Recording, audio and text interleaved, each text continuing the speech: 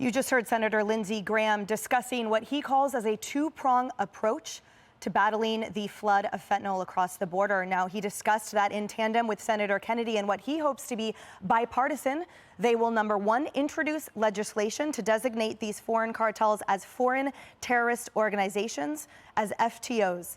And that enables them to, as he says, unleash a prosecutorial power that we are not yet being able to use. It also includes the ancillary effect of being able to prosecute entities like, as he said, China for their material support to those then designated as FTOs. And then he said we're going to introduce the authorization to use military force to destroy those fentanyl labs and the networks if possible. He cited the fact that for those Americans 18 to 45, fentanyl poisoning is the leading cause of death. 200 Americans per day die. He said that's the equivalent of a new September 11th every 2 weeks. Kayleigh, in stark contrast to this president's speaker, Karine Jean-Pierre, who said because of the work this president has done at the southern border, she says the fentanyl deaths are at historic lows. Right. So you just watched a very lucid press conference by a Republican senator identifying the problem and proposing a solution. We have a White House, an entire branch of government, the executive branch, who has not even managed to diagnose the problem. You can't get to a solution until you say, here's the problem. Karine Jean-Pierre, have a fact check for you here. Here are seizures on fentanyl. We'll pop it up. CBP jumped from about 4,800 pounds in 2020 to 14,700 pounds seized. As Bill Malusian points out, seizures indicate that there's more fentanyl coming across the border. Also indicative of that is U.S. overdose deaths that have increased 800% in the last 4 years because of fentanyl use. Overdose deaths, 70,000 just last year, more than that actually, 70,000. They haven't identified the problem. Now, Senator Lindsey Graham, he puts forward one solution. It's the authorization of use of military force. You laid that out beautifully.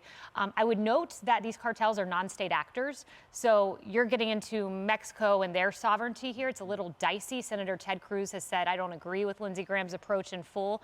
Mike Walz, who's on the Republican House, said we can do something short of U.S. military. Let's go into Mexico, and that can be let's use drones, military technology, something that's kind of a hybrid. That's right, and that was, Senator Graham addressed that a little bit when he said, Stacey, how the FTO designation is exactly the highest designation you can give for a non-state actor, to Kayleigh's point. And we've had a conversation about the use of military assets short of that force that Senator Graham just discussed. I think going back to Lawrence's point earlier, you know, south of the border, some might argue there's a complex situation happening, which is frankly a heightened tale of corruption between these transnational narco cartels and the Mexican government, as well as the other Central American governments as well. But the fact remains it's a simple issue for us on the southern border, which is that under this administration, it is wide open, and thus Americans are dying at record rates. And yet, for some reason, this administration has failed to address it.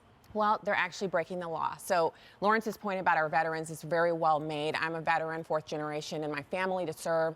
And I would say that our military would much prefer to actually help us fight these cartels as opposed to being stationed all over the world, and especially our continued entanglements in the Middle East. So I think the most important thing here is American law designates our southern border is to be protected by the federal government, not the states, and that is done to protect American citizens. And our law is actually being broken right now by the Biden administration. So what's important here? 125,000 Americans a year dying of fentanyl overdoses. That number dropped precipitously under our former president, who's never to be named from the White House press briefing room any longer. But I'll say it was Trump who reduced those numbers, and we could get them down again. It's not something unique to him. It was simply use of our already standing law and implementation of that sealed the southern border. And there's more work to be done, but should we use our U.S. military? Absolutely. The transnational criminal organizations, the cartels, they're multi-billion-dollar entities. These are entities that use our southern border to make money, trafficking people and drugs into our country, and it's just not needed. So I'd love to see us do more, and if it takes the death of 2 Americans, I mean, that's a tragedy, but whatever it takes, maybe Biden will wake up at this point and do something. Thank you for your service. Thank you. Ainsley, to Stacey's point, if this is eventually correctable by the enforcement of laws and the deployment of actual assets to the southern border, The tragic part is that those lives are lost forever. Yeah, I know. And I'm from South Carolina. I know you're going to head down there and cover this down in South Carolina after the show. Lindsey Graham, obviously a senator from South Carolina, so it's important for him to get involved with this legislation. I'm glad he's doing this. I agree with him 100%. If Americans are dying when they travel over there to get a surgery, if Americans are dying because they're taking fentanyl, or our children think they're taking an ADH drug at a college party and they're dying of an overdose of fentanyl, if this continues to happen, we're not getting the support from Mexico, then I agree with Lindsey Graham. But it's all about money. Now, yes, Mexico, their government, I was going to say, unlike ours, is very corrupt, but, you know, sometimes ours is too.